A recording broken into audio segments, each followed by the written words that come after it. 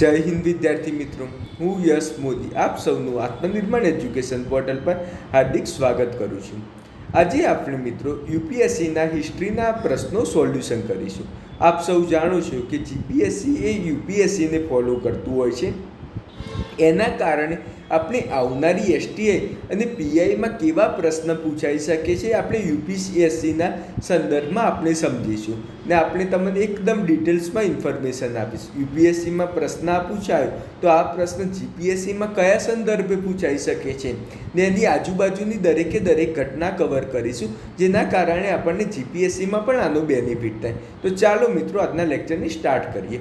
कि पहलो प्रश्न पूछा है कि भारतीय इतिहास के संदर्भ में 1884 का रखमाबाई मुकदमा किस पर केंद्रित था. 1884 का रखमाबाई मुकदमा किस पर केंद्रित था. હવે આ પ્રશ્ન ટાઈપનો પ્રશ્ન પૂછાય તો પહેલાં મનમાં તમને આઈડિયા આવી જવો જોઈએ કે આ સોશિયલ રિફોર્મનો રિલેટેડ કઈ આ કેસ પૂછવામાં આવેલો છે, રખમાબાઈ કેસ. હવે તમને અત્યાર સુધીનો એવો ટ્રેન્ડ ચાલી રહ્યો છે ગુજરાતમાં, તો તમને જ્યારે પણ આ રીતના પ્રશ્ન પૂછાતા હોય છે તો તમને માત્ર ને માત્ર 1829માં સતી પ્રથા નાબૂદ વિલિયમ બેન્ટિંગે કરી હતી એ તમને ખ્યાલ હોય છે, અને 1856માં હિન્દુમાં વિધવા પુનર્વિવાહ છે એની મંજૂરી ડેલ હાઉસે આપી હતી એટલી તમને ખ્યાલ હોય છે. પરંતુ મિત્રો આ રિલેટેડ સોશિયલ રિફોર્મની ઘણી બધી ઘટના બની હતી. તમને ખ્યાલ જ છે કે મેં ઇતિહાસના લેક્ચરમાં સમજાવ્યું હતું કે 1857નો જે વિદ્રોહ થયો એ પહેલાં ઘણી બધી ઘટના જોવા મળી હતી, જેમાં બ્રિટિશરોએ આપણી જે પણ સોશિયલ રિફોર્મ તરફ સારો એવો પ્રયાસ કર્યો હતો. પરંતુ 1857ના વિદ્રોહ પછી પણ જ્યાં જ્યાં સારા એવા પ્રમાણમાં ભારતીયો વિરોધ કર્યો છે ત્યારે એમને રિફોર્મ લાવવો પડ્યો છે, કેમ કે સમાજની સ્વીકૃતિના કારણે લાવવો પડ્યો છે. જેમ કે તમે શારદા એક્ટની વાત કરી શકો છો કે 1930માં, તે જ રીતે 1891માં એક સંમતિનો આયુ રિલેટેડ એક્ટ બનાવવામાં આવ્યો હતો. આ મોસ્ટલી કોઈ લોકોને આમ ખ્યાલ નથી હોતો, પરંતુ હું જ્યારે મારા મોડર્ન હિસ્ટ્રીના લેક્ચરની હું વાત કરું છું ત્યારે હું 1891ના એક્ટની 100% વાત કરતો હોઉં છું. હવે 1891નો એક્ટ શું, તો તમને ખ્યાલ જ છે કે ભાઈ શારદા એક્ટ તમે કરતા હો છો. શારદા એક્ટ બહુ ફેમસ છે 1930નો. તો એમાં શારદા એક્ટમાં જે પુરુષ અને સ્ત્રીની લગ્ન માટેની ઉંમર નિશ્ચિત કરવામાં આવતી હોય છે. તમને ખ્યાલ હશે કે શારદા એક્ટમાં છોકરી હોય તો એમના માટે ઉંમર 14 નક્કી કરવામાં આવી હતી, ને છોકરો હોય તો એના માટે ઉંમર 18 વર્ષ નક્કી કરવામાં આવી હતી. એ જ રીતે એ શારદા એક્ટ આવ્યો એ પહેલાં પણ એક એક્ટ આવ્યો હતો, એ સંમતિનો આયુ વર્ષનો એક્ટ માટેનો આવ્યો હતો. એ 1891માં એક્ટ આવ્યો હતો. તેનું એક્ટ આવવા પાછળનું મુખ્ય કારણ શું હતું, તો રખમાબાઈ કેસ હતો. તો જે મિત્રોને 1891નો એક્ટ કેમ આવ્યો એ ખ્યાલ હશે, તેમને ખ્યાલ જ હતો કે ભાઈ રખમાબાઈ હતા, તેમના 11 વર્ષે મેરેજ થઈ ગયા હતા. તો 11 વર્ષે મેરેજ થઈ ગયા હતા તો તેમની ઈચ્છા નથી કે હું આટલી નાની ઉંમરે, એમને તો ડૉક્ટર બનવું હતું, તો આટલી નાની ઉંમરે એમને મેરેજ નહોતા કરવા.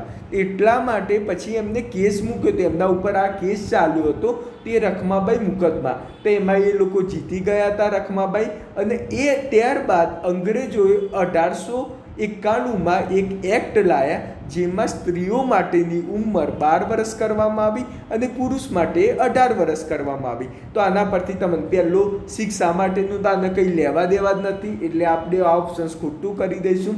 સંમતિ કી આયુ, તો ભાઈ સંમતિની ઉંમર થઈને કે કેટલા વર્ષ છે, તો આ સંમતિ કી આયુ તો આપણે ખ્યાલ આવી ગયો હવે કે સંમતિની આયુ કેટલું, તો હવે 12 વર્ષ અને 18 વર્ષ. તો આના ઉપરથી આ ઓપ્શન સાચો છે. ને દાંપત્ય કા અધિકારો કા પ્રત્યાસ્થાપન, તે પણ સાચી વાત છે. તો આપણે બીજો અને ત્રીજો ઓપ્શન સાચો છે. તો હવે આ રિલેટેડ હવે આપણને જીપીએસસીમાં શું શીખ મળી કે આ રિલેટેડ જેટલા પણ એક્ટ હોય તે દરમિયાન કયા ગવર્નર હતા, કયા વાઇસરોય હતા, એ દરેકે દરેક વસ્તુ યાદ રાખી લેવું. જેમ કે અત્યારે ઘણા મિત્રોને એ ખ્યાલ નહીં હોય કે 1804માં બાળ હત્યા રિલેટેડ એક્ટ લાવવામાં આવ્યો હતો. હવે તમારા મનમાં એવું થવું જોઈએ કે બાળ હત્યા નિષેધ એક્ટ લાવવામાં આવ્યો હતો, તો આ એક્ટ કોને લાવ્યો હતો, તો વેલેસ્લી લાવ્યો હતો. તો આ ટાઈપના પ્રશ્ન મિત્રો પૂછાઈ શકે છે કે 1804માં એક્ટ આવ્યો હતો જેમાં જે આપણે એવી પ્રથા ચાલતી હતી, નાના વયના બાળકોને મારી નાખતા હતા, તે માટે વેલેસ્લી એક્ટ લાવ્યા હતા. તો આ ટાઈપનું પણ પૂછાઈ શકે છે. પછી 1930નું શારદા એક્ટની વાત કરી શકીએ છીએ, જે ઇરવિન લાવ્યો હતો, જેમાં 14 વર્ષ, જે આપણે 1891ના એક્ટમાં જે 12 વર્ષ છોકરી માટેની ઉંમર કરવામાં આવી હતી મેરેજ માટે, એ જ રીતે શારદા એક્ટ 1930માં લાવવામાં આવ્યો હતો, જેમાં છોકરીઓ માટેની ઉંમર, મેરેજ માટેની ઉંમર એ 14 વર્ષ કરવામાં આવી હતી. તો મિત્રો શારદા એક્ટ પણ મેરેજ માટેનું, ઉંમર માટેનું વય નિશ્ચિત કરવા માટેનું હતું. હવે આના પરથી આપણને આ મેન જે કોન્સેપ્ટ હતા એ ખ્યાલ આવી ગયા. અને બીજી તો મેં તમને વાત કરી જ હતી કે સતી પ્રથા, પછી વિધવા પુનઃવિવાહ, એના રિલેટેડ વાત કરી હતી. તો આટલા ઇમ્પોર્ટન્ટ છે મિત્રો. હવે આ બહુ મસ્ત કોન્सेप्ट वालों पूछाएलू છે प्रश्न, निम्नलिखित में किस कारण से भारत में 20वीं शताब्दी के आरंभ नील की खेती का हास हुआ. तो આપણે ટૂંકમાં એમ સમજી શકીએ કે 20મી સદીમાં કેમ ઘરીની ખેતીનો નાશ થયો આપણા ભારતમાં. તો હવે ઘણા બધાના મનમાં એવા પ્રશ્ન થતા હશે. જ્યારે ઘરીની વાત થાય ત્યારે ચંપારણ સત્યાગ્રહ દરેકને યાદ આવે કે ચંપારણ સત્યાગ્રહ ગાંધીજીએ છે એ તીન કટ્યા પદ્ધતિને નાબૂદ કરવા માટે કર્યો હતો. ચંપારણ સત્યાગ્રહ તમને ખ્યાલ હશે કે 1917માં ગાંધીજીએ કર્યો હતો. હવે તમને ખ્યાલ નહીં હોય તો આના રિલેટેડ હું તમને થોડી ઇન્ફોર્મેશન એક્સ્ટ્રા આપવા માંગુ છું. તમે જાણો છો કે the Gandhi year the change the world book આપેલી છે. એ બુકમાં આમાં બહુ જ મસ્ત ડિટેલ્સમાં સમજાવેલું છે ચંપારણ સત્યાગ્રહ. ચંપારણ જ્યારે સત્યાગ્રહ થયો હતો તો શરૂઆતમાં કંઈ ગાંધીજીને નહોતું કીધું ગાંધીજી તમે સત્યાગ્રહ અહીંયા આગળ કરવા માટે આવો. એમને સૌ પ્રથમ બાળ ગંગાધર તિલકને વાત કરી હતી, પરંતુ તિલક જોડે ટાઈમના અભાવને કારણે તિલકે ના પાડી હતી. પછી શરૂઆતમાં ગાંધીજીને પણ કીધું હતું. શરૂઆતમાં ગાંધીજીએ ના પાડી, પછી એમના આશ્રમમાં ગયા. પછી એમને લાગ્યું કે ખરેખર આ કરવા જેવું છે, કેમ કે ભારતમાં ખેડૂતનો વર્ગ સૌથી વધુ મેક્સિમમ છે, એના કારણે ભવિષ્યમાં બહુ જ બેનિફિટ થશે. એટલા માટે પછી ગાંધીજીએ કર્યું હતું. તો આનું મેન કારણ એ નહોતું કે નીલ કે ઉત્પાદકો કા અત્યાચારી આચરણ. નો ડાઉટ એ લોકો આપણા ઉપર શોષણ બહુ જ કરતા હતા, પરંતુ સૌથી મહત્ત્વનું કારણ એવું હતું એ દરમિયાન જર્મનીમાં એ નવા રંગ રસાયણ માટેની કંપની ઓલરેડી ઔદ્યોગિક કંપની ખુલી ગઈ હતી. એના કારણે હવે ઘરીની એટલી કંઈ વેલ્યુ નથી વધી. તો એટલા માટે આ નો ડાઉટ આપણે ચંપારણ સત્યાગ્રહનું રીઝન આ હોઈ શકે છે, અત્યાચારી આચરણ. પરંતુ જો કોઈ એમ પૂછે કે ભાઈ ખેતીનો નાશ કેમ થયો, તો એના માટે કારણ એવું હતું કે નવી ખોજો કે કારણ વિશ્વ બજાર મેં इसका અલાભ કરવો ના.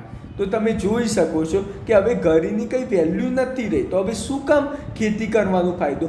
નો ડાઉટ પહેલાં કદાચ શોષણ કરતા હોય તેના લીધે શોષણ ઓછું કરી દે. જો બેનિફિટ થતો હોય તો એ કરી શકે, પરંતુ 1974ના ચંપારણ સત્યાગ્રહ પછી એમાં જ ઘરીનું કંઈ વેલ્યુ જ નથી વધી. એટલા માટે હવે યાદ રાખજો ભાઈ, જર્મની એ બધા દેશોમાં નવા ઔદ્યોગિક સાધનોની શોધખોળ થઈ હતી, એના કારણે આ વસ્તુ કરવામાં આવી હતી. તો આ બી ઓપ્શન છે એ સાચો છે. તો તમે આ રીતે કરી શકો છો. આના પરથી એ શીખ મળી કે આ લોકો જે પણ સત્યાગ્રહ, ગાંધીજીના સત્યાગ્રહ છે, એમાંથી પણ પ્રશ્નો પૂછતા હોય છે. તો ચાલો મિત્રો, એના કારણે તમે જે પણ ગાંધીજીના સત્યાગ્રહ હોય એ દરેક યાદ રાખી લેજો. અસહકારનું આંદોલન હોય કે મિલ મજૂર સત્યાગ્રહની આપણે વાત કરી શકીએ છીએ, પછી સવિનય કાનૂનભંગની વાત કરી શકીએ છીએ, ખિલાફત આંદોલનની 1919માં થયું છે એની વાત કરી શકીએ છીએ. તો આ દરેક બહુ સારી રીતે તૈયાર કરી દેવા. અને ગાંધીજી વિશે તો હું તમને બહુ જ બધી ઇન્ફોર્મેશન આપવાનું છું, એટલે મિત્રો ટેન્શન ના લેતા. હવે આપણે આગળનો પ્રશ્ન લઈએ. वेलेस्ली ने कलकत्ता में फोर्ट विलियम कॉलेज की स्थापना किस लिए की थी? બહુ જ સિમ્પલ પ્રશ્ન પૂછ્યો છે કે વેલેસ્લીને કલકત્તામાં ફોર્ટ વિલિયમ કોલેજ की स्थापना किस लिए की थी. તો હવે તમારા મનમાં એવું થયું છે કે વેલેસ્લીને કંઈ રાતોરાત ઈચ્છા તો ના થઈ હોય ને કે ભાઈ ફોર્ટ વિલિયમ કોલેજની સ્થાપના કરું. ને અંગ્રેજો મેં તમને શીખવાડ્યું જ હતું કે અંગ્રેજો ક્યારેય ભારતના ફાયદા માટે કદી પણ કોઈ કાર્ય આજ સુધી કદી કર્યું નથી. તે થોડું ભારત માટે કંઈ કહેશે ભાઈ ભારતની સંસ્કૃતિ આગળ વધે એવું. તો આ બી ઓપ્શન્સ, ભારત में प्राच्य राष्ट्रीय ज्ञान के प्रति अभिरुचि पुनः जागृत करना चाहता था। तो आ तो તમે આરામથી ખોટું કહી શકો કે ભાઈ એ લોકો ભારતની संस्कृति जोड़े એમને કંઈ લેવા જ દેવા નહોતું। પછી उसे लंदन के स्थित बोर्ड ऑफ डायरेक्टर ने ऐसा करने के कहा था।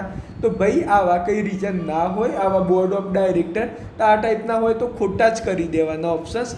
પછી वह विलियम कैरी तथा उसके सहयोगों को रोजगार प्रदान करना चाहता था। એટલે રોજગાર પ્રાપ્ત કરવું હોય તેમની જોડે બીજા બધું ઘણું બધું હતું। તો આવા બધા શું કામ કરે? રોજગાર પ્રાપ્ત કરવા માટે કોઈ કોલેજની સ્થાપના કરે? કેટલા ફાલતુ ઓપ્શન્સ આપે છે। તમે આરામથી કહી શકો कि यह ब्रिटिश नागरिकों को भारत में प्रशासन हेतु प्रशिक्षित करना चाहता था। ये जो ब्रिटिशना जे नागरिको होय छे भारत में आवे, भारतनी संस्कृति शीखे एटला माटे एमने तालीम आपवा माटे आ कॉलेजनी स्थापना करवामां आवी हती। तो आ परथी तमे आरामथी समजी शको कि भाई आ टाइपनो प्रश्न होय तो तमे एलिमिनेट करी शको। दरेके दरेक वस्तु सर शीखवाड़ी जरूरी नथी होतुं। थोड़ो मगजनो उपयोग करो तो पण आवा प्रश्नों आरामथी आवड़ी जाए। आ तो यूपीएससीना छे, जीपीएससीना तो आना करता पण सिंपल आवशे, एटले कई टेन्शन लेवा बेवानुं नहीं मित्रों। हवे आव्युं छे कि भारत के इतिहास के संदर्भ में उल गुलान अथवा महान उपद्रव निम्नलिखित में से किस घटना का विवरण किया है। हवे आ टाइपनो उल गुलान, हवे आ टाइपनो तमे जुओ छो तो आदिजाति। हवे तमने ख्याल हशे कि अत्यारे आदिजाति रिलेटेड કેટલા બધા આંદોલન થાય છે। અત્યારે ફોરેસ્ટનો અત્યારે ભારતની ગવર્મેન્ટ બી ફોરેસ્ટ રિલેટેડ એવા કાયદા બનાવે છે જેના કારણે આદિવાસી લોકો છે એમને યોગ્ય વળતર નથી મળતું। તો બસ એ કરંટ બેઝના કોન્સેપ્ટ ઉપરથી એ પાસ્ટમાં ગયા કે આ રિલેટેડ કોઈ ફોરેસ્ટનો જ્યારે નાશ કરતા હતા એ વખત ભૂતકાળમાં કોઈ આંદોલન થયું હતું મોટા પાયે? तो हाँ थयुं हतुं। तो कोने कर्युं हतुं? बिरसा मुंडाए। तो अंग्रेजो हता ते आदिजाति विस्तारमां जंगलोनो विनाश करवा मांड्या हता। फॉरेस्ट एमना जे फॉरेस्ट तो तमने ख्याल ज होय आदिजाति होय लोको माटे एमना जंगलो ज बधुं होय छे। तो अंग्रेजो एना नाश करता हता, ए लोकोनी जमीन पडाई लेवानी बधी वातो करता हता। એટલા માટે બિરસા મુંડા કંટાળી ગયો કે આ બધું શું છે યાર, રોજે રોજ આજ મગજમારી। તો હવે અંગ્રેજોને આપણે મારવાની વાત કરવામાં આવશે। તો એટલા માટે બિરસા મુંડા અને મિત્રો આવા ટાઈપના તો આવડવા જોઈએ। બિરસા મુંડા હવે ક્લાસ 3 વાળા તો ક્લાસ 3 કદાચ કોઈ યુપીએસસીનું પેપર સોલ્યુશન જોવા બેસી ગયા હશે તો એમને પણ કહી દઉં છું ક્લાસ 3 માટે શું ઇમ્પોર્ટન્ટ છે। 15 નવેમ્બર બિરસા મુંડાની જન્મજયંતિ છે। 15 નવેમ્બર બિરસા મુંડાની જન્મજયંતિ છે। પગે લાગી લો દરેક મિત્રો બિરસા મુંડાને। બિરસા મુંડામાં આદિજાતિમાં એમને ભગવાનની જેમ આજે પણ પૂજાય છે। ઝારખંડમાં એનું સ્ટેચ્યુ બનાવવામાં આવ્યું છે। તો તમે આ રીતે બિરસા મુંડા, તો બિરસા મુંડાનો જન્મ ક્યારે થયો હતો? 15 નવેમ્બર 1875માં। તો એ વખતે આપણે જોવા જઈએ તો બિરસા મુંડાનો તો બેંગાલ પ્રેસિડેન્ટ લાગતો હતો, પરંતુ હાલની તારીખમાં ઝારખંડ લાગે છે। તો કદાચ ઝારખંડ પૂછે તો ઝારખંડ કરી દેવાનું ઠીક। તો આ રીતે બિરસા મુંડાની વાત કરવામાં આવી ને બિરસા મુંડા વિશે તો ઘણી બધી મિત્રો વાતો છે। બિરસા મુંડા પોતાને ભગવાનનું સ્વરૂપ બી માનતા હતા કેમ કે એ લોકોને એમને ગોળીની અસર નથી થતી એવું પણ કહેવામાં આવે છે। તો આ બધી બહુ જ સારી એવી આપણે વાત કહી શકાય। ને તમે આ ટાઈપનો ના ઉલ ગુલાન, તો તમને જે મિત્રો કદાચ ઉલ ગુલાન વિશે ના ખ્યાલ હોય તો ગૂગલમાં આના ઉપર પિક્ચર, આ પિક્ચર તો મેં 15 નવેમ્બર જ્યારે બિરસા મુંડા જયંતિ હતી એ જ વખતે મેં તો આ તો પિક્ચર જોયું હતું। તમે કોઈ બી પિક્ચર જોશો આ રિલેટેડ તેનું ટાઇટલ જ ઉલ ગુલાન છે। તો યાર પિક્ચર જોવો તો આવા ટાઈપના પ્રશ્નો આવડે મિત્રો। ચાલો મિત્રો હવે આપણે આગળ જઈએ कि प्राचीन भारत के विद्वान साहित्यकार के संदर्भ में निम्नलिखित कथनों पर विचार कीजिए। आहा आमा तो बहुत ज मस्त बधी वातो करवामां आवी छे कि कोना टाइममां कोण थई गयुं, बस ए बधी वातो करवामां आवी छे। तो आ टाइपना प्रश्न एकदम आम सिंपल होय छे, तमे आरामथी याद राखी शको। चंद्रगुप्त बीजाना, तो चंद्रगुप्त बीजा गुप्त वंश જ્યારે કરો ને ત્યારે એના 9 રત્ન તૈયાર કમ્પ્લીટ કરી દેવાના। તો ચંદ્રગુપ્ત બીજાના 9 રત્નમાં અમરસિંહ જેમને અમરકોશની જે રચના હતી એ કરી હતી। તો આના પરથી ખ્યાલ આવી ગયો બે અમરસિંહ છે ભાઈ એ ચંદ્રગુપ્ત બીજાના સમયમાં 9 રત્ન હતા। તો એના પરથી બીજો ઓપ્શન્સ એલિમિનેટ થઈ ગયો। હવે બીજો ઓપ્શન શું એલિમિનેટ થઈ ગયો તો હવે આવશે આન્સર કયો? ત્રીજો। તો એમાં ક્યાં પાણીની બાળીની જોવાનું આવે છે? એલિમિનેટ થઈ ગયું। વાત પૂરી કરો। તો આવા સિમ્પલ પૂછાય છે. અમુક લોકો યુપીએસસી ભાઈ યુપીએસસીમાં કંઈ એટલું મોટું કંઈ હોતું નથી, થોડું દિમાગનું કામ લગાવવાનું હોય છે. દિમાગ લગાવશો તો આગળ જશો, અને જો દિમાગનો ઉપયોગ નહીં કરો તો પછી યુપીએસસી જીપીએસસી ક્લાસ 3 તલાટીમાં તમારું કામ પતી જશે. હવે ચાલો મિત્રો, હવે આગળ લઈ જઈએ. એક જ મિનિટ. ઓકે, આ પ્રશ્ન ખરેખર હાર્ડ હતો ને આપણે દિલથી કહી દઈએ છીએ કે આપણને આ આવડ્યું નહોતું. આ બે વિશે ખ્યાલ હતો, પરંતુ ઓરંગ વિશે મને ખ્યાલ નથી ને હજી સુધી મને પણ મળ્યું નથી. એટલા માટે ઓરંગ વિશે હું કહી ના શકું, પરંતુ મેં 3 સાચા કર્યા છે. પરંતુ આ બે વિશે તો હું જાણું છું, એ હું તમને સમજાવી દઉં કે ભારત કે इतिहास के संदर्भ में निम्नलिखित युग्मों का विचार कीजिए. તો ઓરંગ રાજકોષ કા પ્રભારી, એ મને ખ્યાલ નથી મિત્રો, એમાં શું આવી શકે છે. પછી આ બેનિયનની વાત કરીએ તો બેનિયન, તો જે ઈસ્ટ ઇન્ડિયા કંપનીના ભારતીય એજન્ટ હોય ને એને બેનિયન કહેવાય છે. એ મોડર્ન હિસ્ટ્રીના જ્યારે લેક્ચર આવીશ ત્યારે હું તમને કહીશ. અને મીરાસીદાર, તો રાજ્ય કા નામિત રાજસ્વ દાતા કો, જેમ કે તમિલનાડુ એ સાઈડે તમને ખબર જ છે કે માલદારીને એ બધી આપણે જમીનની ટેક્સ માટેની પ્રથા હતી, તે રિલેટેડ જે મીરાસીદાર હતા રાજ્યના નામિત રાજસ્વ દાતાને મીરાસીદાર કહેવાતા હતા. તો આ બે તો 100% મને ખ્યાલ જ હતો, પરંતુ ઓરંગ વિશે મને ખ્યાલ નહોતો. એટલા માટે પછી મેં લાસ્ટમાં એવું વિચાર્યું કે મને ઓરંગ વિશે ખ્યાલ નથી, તો હું 3 ઓપ્શન સાચા કરી દઉં. તે માટે મેં 3 ઓપ્શન સાચા કર્યા છે મિત્રો. આ ત્રીજો તો મેં એલિમિનેટ કરી જ દીધો હતો. હવે મને બીજો, ત્રીજો અથવા 1, 2, 3 આ બેમાં કન્ફ્યુઝન હતી, તો મેં 1, 2, 3 સાચા કર્યા છે. હવે મને ફાઇનલ મળી જાય એ માટે. તો આના પરથી આપણને જીપીએસસીમાં શું શીખ મળી, તો જે બેઝિક ટર્મ્સ હોય છે એ આપણે તૈયાર કરવા બહુ જરૂરી હોય છે. હવે આ બૌદ્ધ ધર્મ માટેનો બહુ જ મસ્ત પ્રશ્ન છે. ઘણા બધા આ પ્રશ્ન જોઈને ડરી ગયા છે, પરંતુ એકદમ સિंपल प्रश्न है. भारत के धार्मिक इतिहास के संदर्भ में निम्नलिखित कथनों का विचार कीजिए.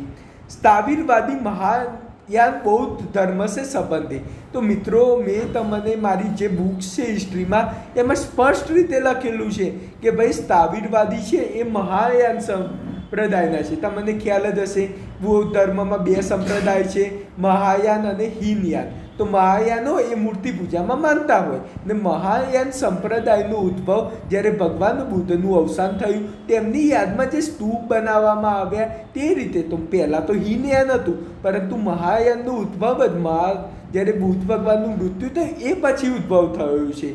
તો એ માટે તો હવે તમને કદાચ એટલું ખ્યાલ હોય તો તમે આરામથી આ પ્રશ્ન સોલ્વ કરી શકો છો. હવે તમારે કેવી રીતે, તો महासंघिको द्वारा बुद्ध के देवात्मों ने महायान बौद्ध धर्म को प्रोत्साहित करे. तो मित्रों, मैं बात करी ने कि बौद्ध धर्मનું ભગવાન બુદ્ધનું દેહાંત થયા પછી મહાયાન ધર્મનું, કેમ કે મૂર્તિ પૂજા ક્યારે બનાવે, ભગવાન બુદ્ધ જીવતા હોય તો એના નામની કોઈ મૂર્તિ બનાવે મિત્રો, કોઈ મરી ગયા હોય ત્યારે પછી જ બનાવે. તો મહાયાન ધર્મ પાછળનો મેન કોન્સેપ્ટ જ આ હતો. તો આ રીતે તમે સમજી શકો છો કે મહાયાન, તો મહાયાનની મૂર્તિ પૂજાની વાત કરવામાં આવે છે. તો આ ત્રીજો ઓપ્શન સાચો છે. હવે ચલો તમે એમ સમજી લો કે આગળના બે તમે બૌદ્ધ ધર્મ વિશે એટલું ડિટેલ્સમાં તમને ખ્યાલ નથી, તો તમને હવે આ 3 ઓપ્શન્સ મળે. હવે 3માંથી કયું સાચું, તો એક ઓપ્શન તો સ્કીપ થઈ ગયો, એટલે તમારે 33% સાચા પડવાના ચાન્સીસ થઈ ગયા છે મિત્રો. હવે 33% સાચા પડવાના ચાન્સીસ થઈ ગયા હોય તો તમે કદાચ રિસ્ક લઈ શકો છો. પરંતુ આ મહાયાનવાળું હતું, આ બીજો ઓપ્શન તો ખરેખર હાર્ડ હતો, પરંતુ આપણે અંદાજ લગાવીને આ 2 ઓપ્શન્સના આધારે 1, 2, 3 સાચા હશે એ રીતે આપણે કરી શકીએ છીએ મિત્રો. હવે આપણે એના પરથી અંદાજ લગાવી શકીએ કે બૌદ્ધ ધર્મ વિશે બહુ જ પૂછાતા હોય છે, ટર્મિનોલોજી બહુ સારા એવા પ્રમાણમાં પૂછાતી હોય છે. તો બૌદ્ધ ધર્મ વિશે કરવું તૈયાર તમારે. હવે આ પ્રશ્ન પૂછાયો છે कि निम्नलिखित में से कौन सा कथन औद्योगिक क्रांति के द्वारा 19वीं शताब्दी में पूर्वार्ध में भारत पर पड़े प्रभाव की सही व्याख्या करता है. હવે ભારતમાં પડેલા પ્રભાવની કઈ સ્પષ્ટ વ્યાખ્યા કરે છે. હવે તમારા બધા મનમાં એવું થવું જોઈએ કે 19મી સદીના પૂર્વ તો ઔદ્યોગિક ક્રાંતિનો પીક પોઈન્ટ આપણે 1813 ગણતા હોઈએ છીએ. આપણે જ્યારે પણ આપણા મોડર્ન હિસ્ટ્રીના કોન્સેપ્ટ યોગની વાત કરતા હોઈએ છીએ ત્યારે મેં તમને સમજાવ્યું હતું કે ભાઈ 1813 તો 1757થી 1813 દરમિયાન પોલિસી અલગ હતી બ્રિટિશરોની, પરંતુ 1813 તો ઔદ્યોગિક ક્રાંતિ થઈ, બ્રિટિશમાં બહુ બધા ઉદ્યોગોની સ્થાપના થઈ, એટલા માટે એમને કાચા માલની જરૂરિયાત પડી. હવે કાચા માલ ક્યાંથી લાવશે? તો ભારતમાંથી, અને ભારતમાંથી કાચા માલ લાવે ને એ માટે હવે ભારતમાં એમને પાકો માલ તૈયાર થઈ જાય, એમને ભારતમાં વેચવાનો જ છે મિત્રો. તે માટે ભારતીય ઉદ્યોગો ઉપર બહુ બધા મોટા પ્રમાણમાં ટેક્સ લગાવશે. તો આના કારણે શું થયું? ભારતીય દસ્તકારી ઉદ્યોગો કા નષ્ટ હો ગયા. આના પરથી આપણને સમજી શકીએ છીએ કે આની મેક્સિમમ શું ઇફેક્ટ થઈ? તો આપણા જે ગૃહ ઉદ્યોગો એ પડી ભાગ્યા. કેમ પડી ભાગ્યા? તેમના ત્યાં ઔદ્યોગિક ક્રાંતિ થઈ, ભારતનો માલ એટલો બધો ના વેચાય એ માટે મેક્સિમમ એમના ઉપર બધા કરવેરા ટેક્સ નાખ્યા, એના કારણે આવું થયું. તો આ રીતે તમે સમજી શકો છો કે ભારતીય દસ્તકારી ઉદ્યોગ કે નષ્ટ હો ગયા. તો આના પરથી હવે આવા બીજા બધા તો ખાલી બધી વાતો કરેલી છે, એમાં કંઈ પણ સાચું ના હોય. હવે આ ટાઈપના પ્રશ્નો પૂછાતા હોય છે ક્રોનોલોજી ગોઠવવાની, તે તો તમે આરામથી ગોઠવી શકો છો, એમાં મારી કંઈ જ જરૂરિયાત નથી. કયો વંશ ક્યારે થાય એ તો તમને ખ્યાલ આવી જાય. ના, આમાં તો કંઈ નહીં. જે મિત્રોને ખ્યાલ હોય કે મહેન્દ્ર વર્મન છે તે 640ની સાલ જેવા હતા, તેના ઉપર પણ આઈડિયા લગાવી શકો છો તમે. તો આ પરથી તમે સોલ્વ કરી શકો છો. હવે આ હુંડી રિલેટેડનો પ્રશ્ન છે, તે માટે હુંડીને આપણે એમ કહેતા હોઈએ છીએ કે ભાઈ જે રીતે પૈસાની જે લેવડ દેવડ માટેની મીરાબાઈની હુંડી એ રીતનું હોય ને તે ટાઈપનું. પરંતુ હર્ષવર્ધનના ટાઈમે હુંડીનો શબ્દનો હજી પ્રોપર આપણને સોલ્યુશન મળ્યું નથી, પરંતુ ઘણી જગ્યાએ મેં જોયું આમ તો આમાં સામાન દ્વારા આપણે અધીનસ્થકો દિયા ગયા આદેશને પણ હુંડી કહેતા હોય છે. હવે ફાઇનલ આન્સર કીમાં આવે એ રીતે, પરંતુ મારું નોલેજ જેમ સુધી કહે છે તો આ બી ઓપ્શન્સ આવી શકે મિત્રો. એટલે તમે જોઈ શકો છો અમુક ટર્મ્સ બહુ જ હાર્ડ પૂછાતા હોય છે. હવે દેશર કથા રિલેટેડ બુક છે એ ફેક્ચ્યુઅલ છે, એના માટે કંઈ નથી. 3 ઓપ્શન સાચા આવશે. આના રિલેટેડ કોઈ સ્ટોરી એ રીતે નથી. આ બહુ જ હાર્ડ પ્રશ્ન હતો, તમે સ્કીપ કરો એ જ વધુ સારું રહેશે.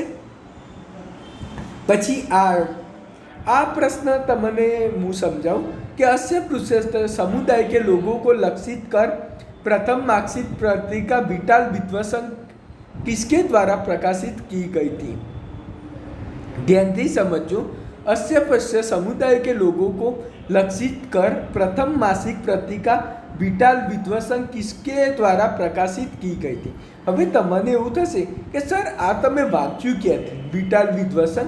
તો મિત્રો મારી જોડે દ્રષ્ટિની એક નિબંધ માટેની છે, એસેની એક બુક છે મેન્સ માટેની, તેમાં અસ્યપૃશ્યતા રિલેટેડ એક ટોપિક છે હતો એસેમાં. તેમાં અસ્યપૃશ્યતા રિલેટેડ જેટલી પણ બુકો હતી એ બહુ બધી બુકોનો ઉલ્લેખ કર્યો હતો. મેં એસેના કન્ટેન્ટ માટે મેં આ વિટાલ વિધ્વંસન બુક મારી નોટ્સમાં લખેલું હતું, એના પરથી મને આવડી ગયું હતું કે ભાઈ ગોપાલ બાબા વલંગર આવી જાય. તો આ માટે અમુક વાર તમારા પ્રેઝન્સ ઓફ માઇન્ડ પણ એટલું જ જરૂરી હોય છે કે દરેકે દરેક વસ્તુ. હવે આ ટાઈપનું મટીરિયલ હોય, કન્ટેન્ટ હોય, તો હું જોવા જાઉં તો મારી જોડે પણ આ ટાઈપનું નોટ્સમાં નહોતું લખેલું, પરંતુ મને આવડવાનું મેન કારણ જ એ હતું કે મેં દ્રષ્ટિમાં એસેમાંથી આના માટે કન્ટેન્ટ લખ્યું હતું.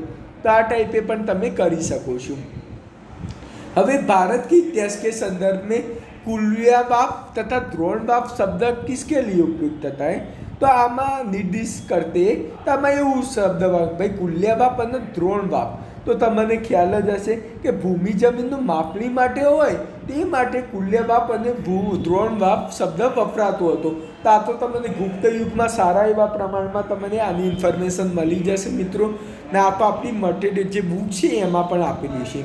હવે મને સૌથી મસ્ત કોન્સેપ્ટ બેઝ પ્રશ્ન લાગ્યો હોય તો ગાંધી ઇરવિન કરાર વિશે છે. તે ગાંધી ઇરવિન કરાર, તો જે મિત્રોને આ ખોટો પડે ખરેખર મને દુઃખ બહુ થશે કે ગાંધી ઇરવિન કરાર જેવું એકદમ અગત્યનો ટોપિક જેને પ્યોર આપણે હિસ્ટ્રી કહી શકીએ છીએ કે આ તો વિશે ખ્યાલ જ હોવો જોઈએ તમને ગાંધી ઇરવિન કરાર. તો તમને ખ્યાલ છે કે ગાંધી ઇરવિન કરાર 5 માર્ચ 1931ના રોજ થયો હતો.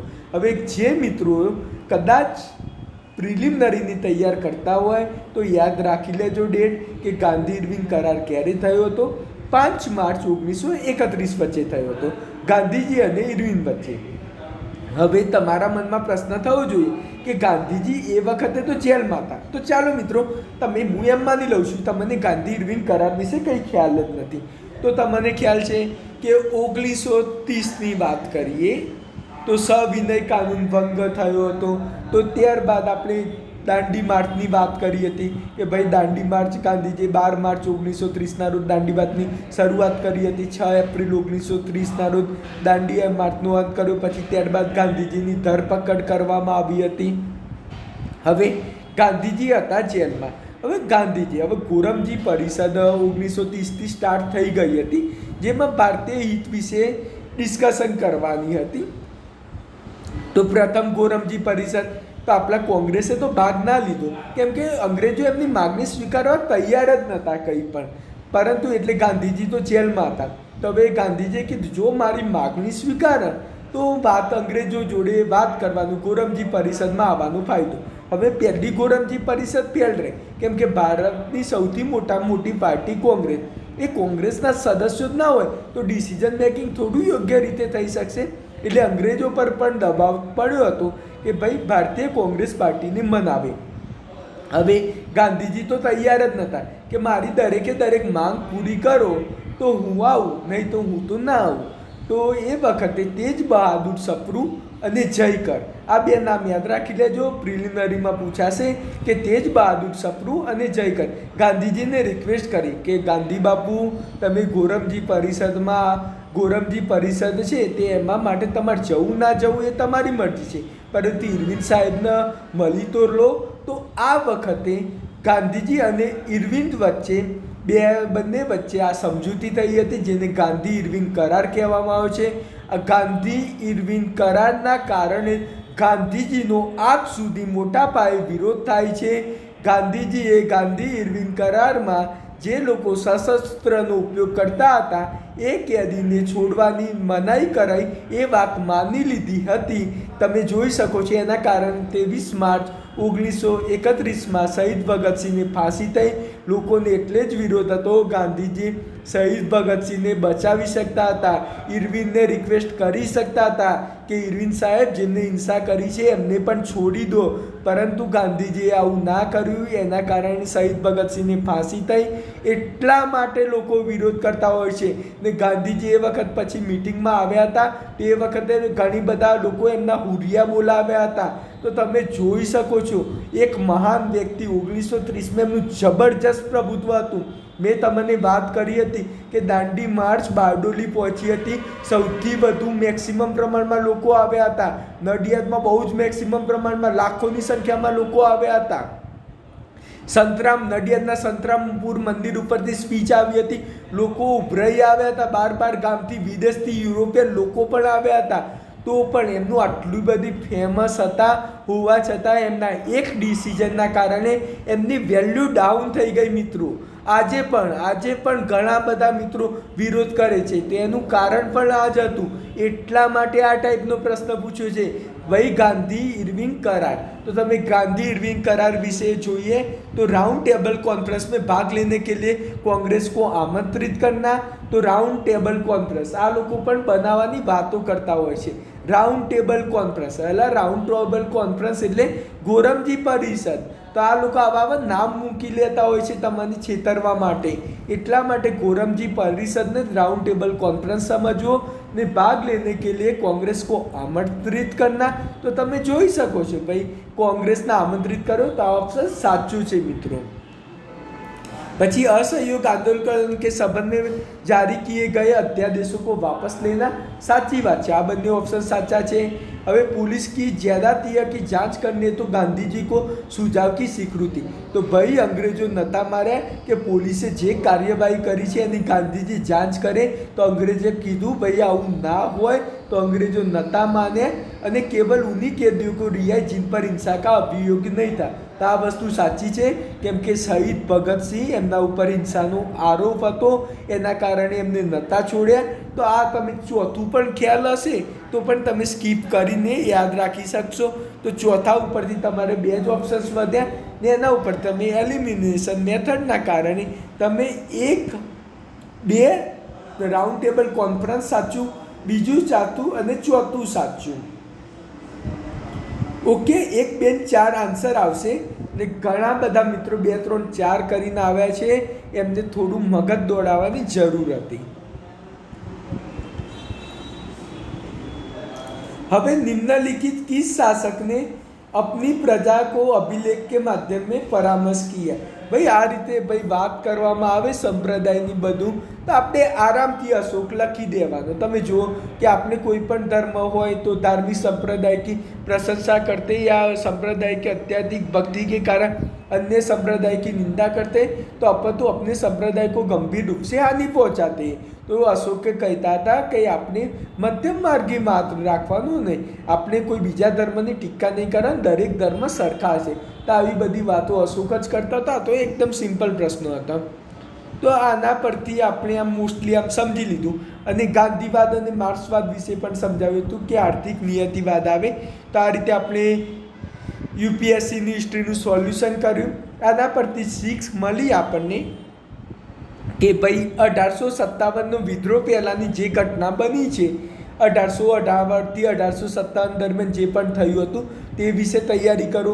नवजागृति आंदोलन विषे सारी एवी मेहनत करो। दरेके दरेक सत्याग्रह विषे तैयारी करो। आटली सारी रीते प्रॉपर मेनर्स में तैयारी करशो 100% तमने बेनिफिट थशे।